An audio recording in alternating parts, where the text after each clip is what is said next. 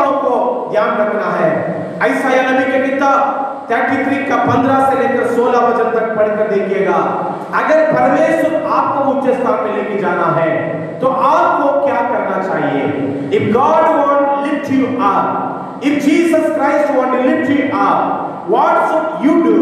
क्या आप करना चाहिए? आपके जीवन में क्या करने से आप ऊंचे स्थान तक पहुंच पाएंगे? क्या आपको संकट नीचा करेगा? नहीं करेगा। क्या बीमारी आपको नीचा करेगा? नहीं करेगा। क्या अकाल आपको नीचा करेगा? नहीं करेगा। देश का इकोनॉमिकल कंडीशन, अभी आप देखिएगा हमारे देश का इकोनॉमिकल कंडीशन बहुत खराब हो रही है।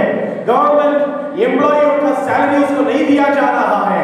आने वाले दिनों में ये भी बोला जा रहा है कि सैलरी देने के लिए पैसा नहीं रहेगा। इस प्रकार की परिस्थिति क्यों ना आ जाए, अगर पूरे देश में अकाल भी क्यों ना आ जाए, लेकिन परमेश्वर आपको तृप्त करेगा और ऊंचे स्थान में लेकर आएगा। इसके लिए आप क्या करना चाहिए?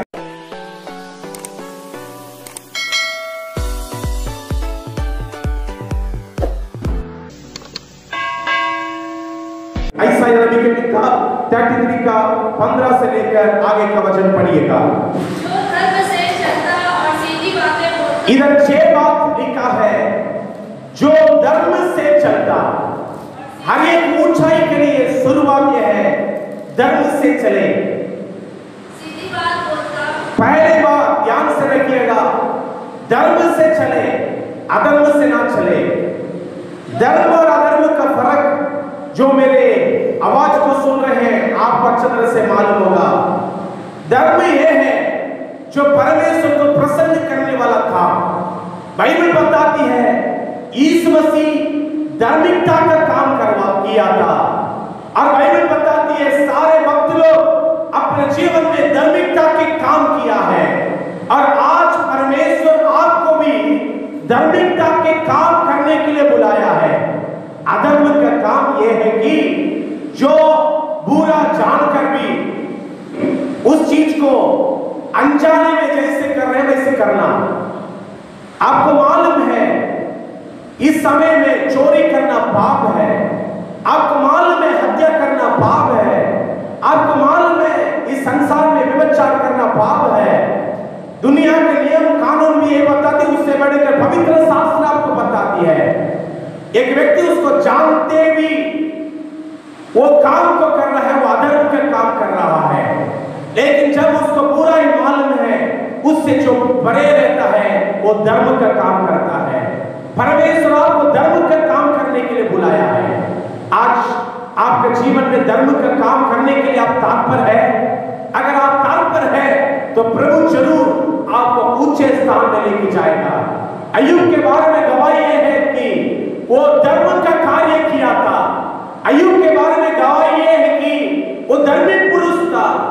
और कुरनेलियुस के बारे में बाइबल बताती है वो प्रार्थना करने वाला और वो धर्मी पुरुष था। पौलुस के बारे में बाइबल बताती है पहले वो अधर्म का काम कर रहा था, बाद में वो धर्मी पुरुष बन गया। आज परमेश्वर आपसे पूछ रहा है क्या आप धार्मिकता का काम करने के लिए तैयार हैं या अधर्म के काम में अभी भी निडर रहेंगे? अगर एक पापी मन फिरकर धर्म के काम करेगा तो उसके सारे अधर्म को परमेश्वर क्षमा कर उसके जीवन में धर्म का बदला देगा। अगर एक धर्मी होने के बाद भी अधर्म का काम करेगा तो उसके सारे धर्म भूला जाता है। उसके किया हुआ उस अधर्म के कारण वो दंड को प्राप्त करेगा। इसलिए आज परमेश्वर आपको बुला रहा है धर्म का काम करें। दूसरा चीज क्या है बाइबल बताती है सीधी बातें बोलना चाहिए। ये बातों में इन दिनों में बहुत लोग फिसल जा रहे हैं। ज्यादा बात करना पाप से परे नहीं रखेगा। जितना ज्यादा पाप करेंगे, जितना ज्यादा बातचीत करेंगे उतना ज्यादा पाप करेंगे। अब पाप करना चाहते हैं तो ज्यादा बात करो, कम बात करें जिससे आप पाप से परे रहेंगे। सीधाई की बात करना।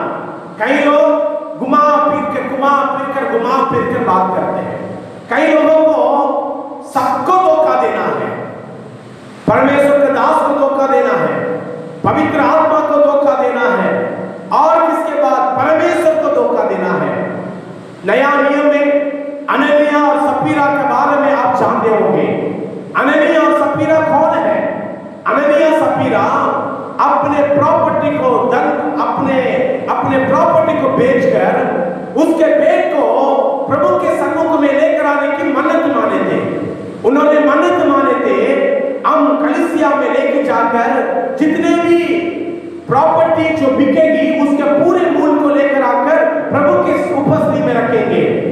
उन दिनों में प्रेरितों के पांव के नीचे जो मन्नत मानते थे उसको लेकर आकर रखते थे। वैसे ही उन लोग भी मन्नत माने थे, लेकिन जब देखे थे रकम बहुत ज्यादा है, इतना ज्यादा रकम प्रभु के दास को क्यों देना है, इन्होंने आपस में एक विचार किया। वो विचार ये था, हम एक झूठ बोल देते हैं। क्या बोल देते हैं? झूठ। सत्य को छोड़ दिए, मन्नत को भूल गए, अब एक झूठ बोल देते हैं। किससे? प्रभु के दास से। अब कितना ही रुपए में इसको बेचे हैं, इसको आप ले लीजिए। शायद उन्होंने सोच कर आए होंगे, जब मैं इस पैसा को लेकर आऊंगा और प्रभु के प्रेरितों के पांव के नीचे रखूंगा, पतरस मुझे बहुत शाबाश करेगा, तुमने बहुत अच्छा किया, इतना लाख रुपया आपने लेकर आकर रख लिया है, बहुत अच्छा किया। लेकिन जब पतरस के सामने उस रकम को लेकर आकर रखा गया, पतरस ने पूछा, तो कौन लाया? बाकी रकम कहां है? तब उन्होंने वहां पर झूठ बोलते हुए हम देखते हैं, और वहीं पर वो गिरा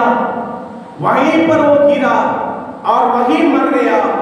और उसके कब्र में जाने तक उसका पत्नी भी उसके लाश को नहीं देखी थी। थोड़े समय के बाद उसके पत्नी वही झूठ के साथ प्रभु के दास के पास आए। प्रभु के दास ने पूछा, तुम्हारे मन में पवित्र आत्मा के विरोध में पाप करवाने के लिए प्रेरणा कौन करवाया?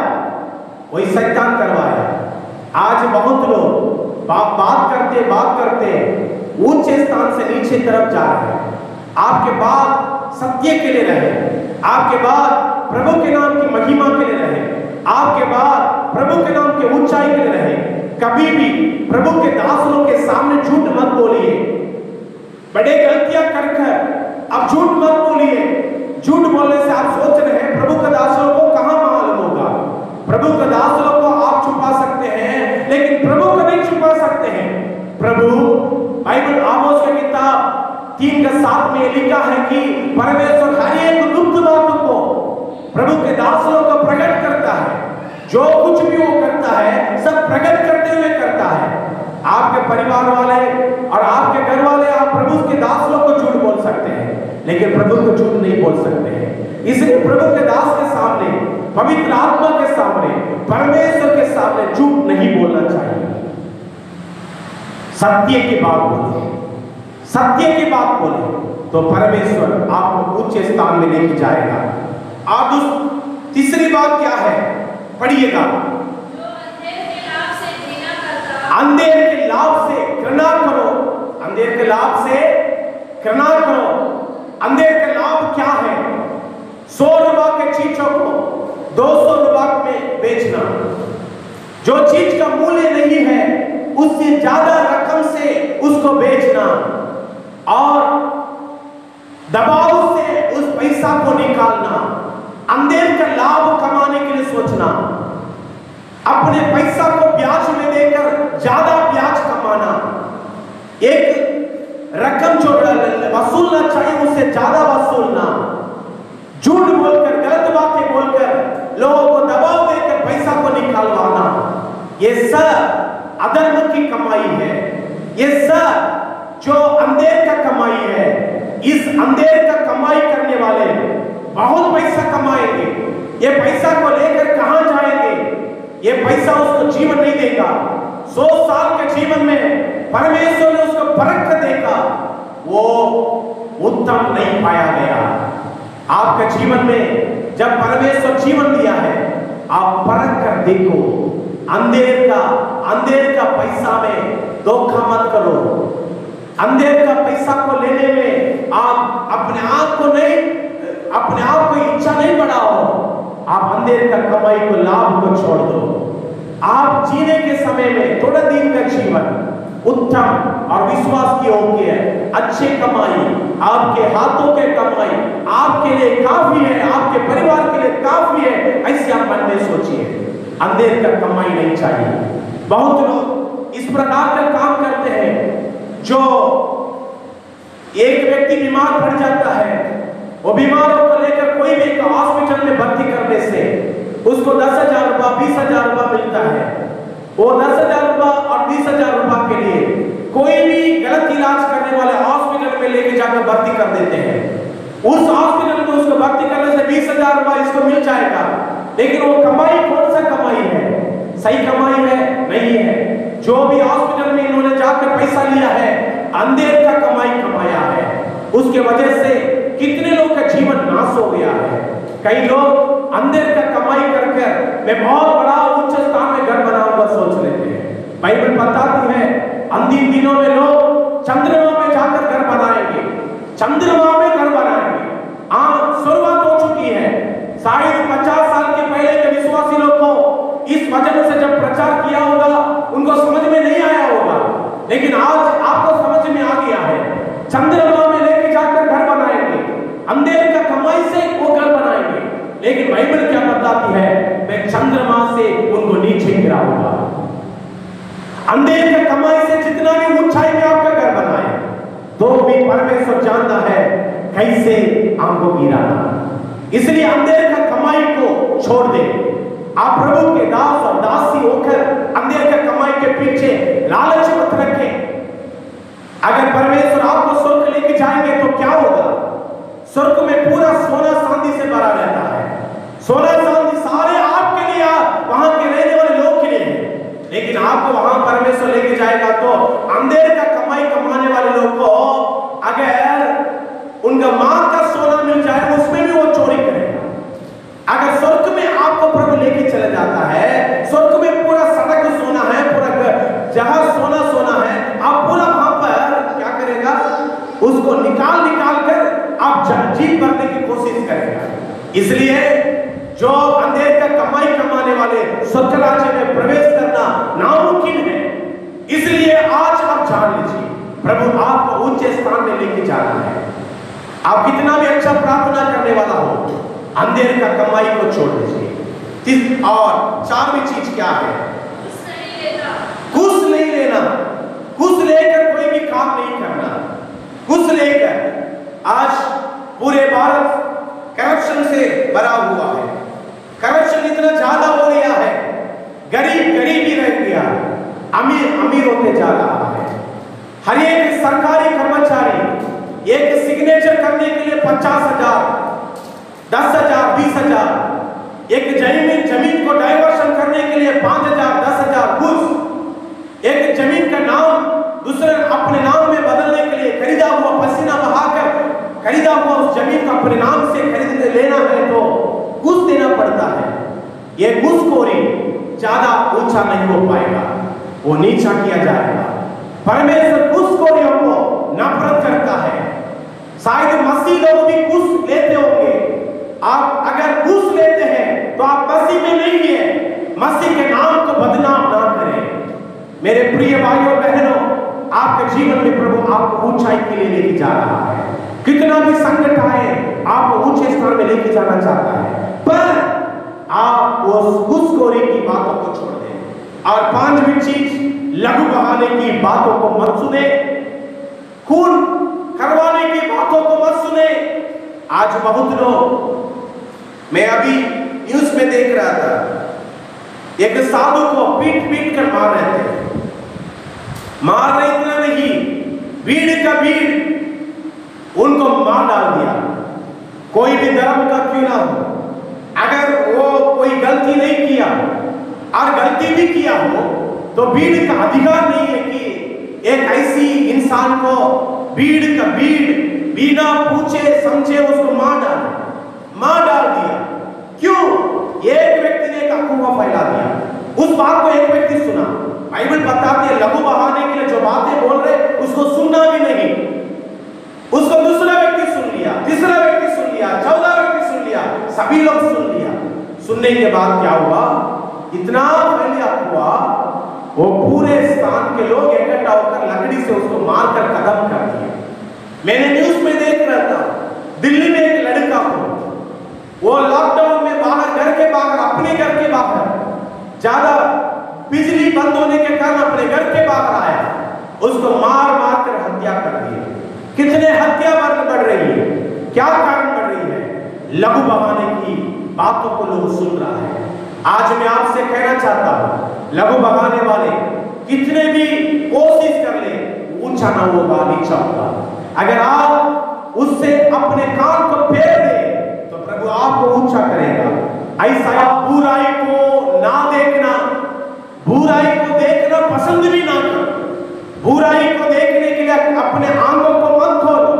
इन दिनों में आपके पास जो समय मिल रही है, चारों तरफ बुराइयां जब बढ़ रही है, आप बुराई करने वालों के लिए प्रार्थना करो, बल्कि उस बुराई को देखकर खुश मत हो।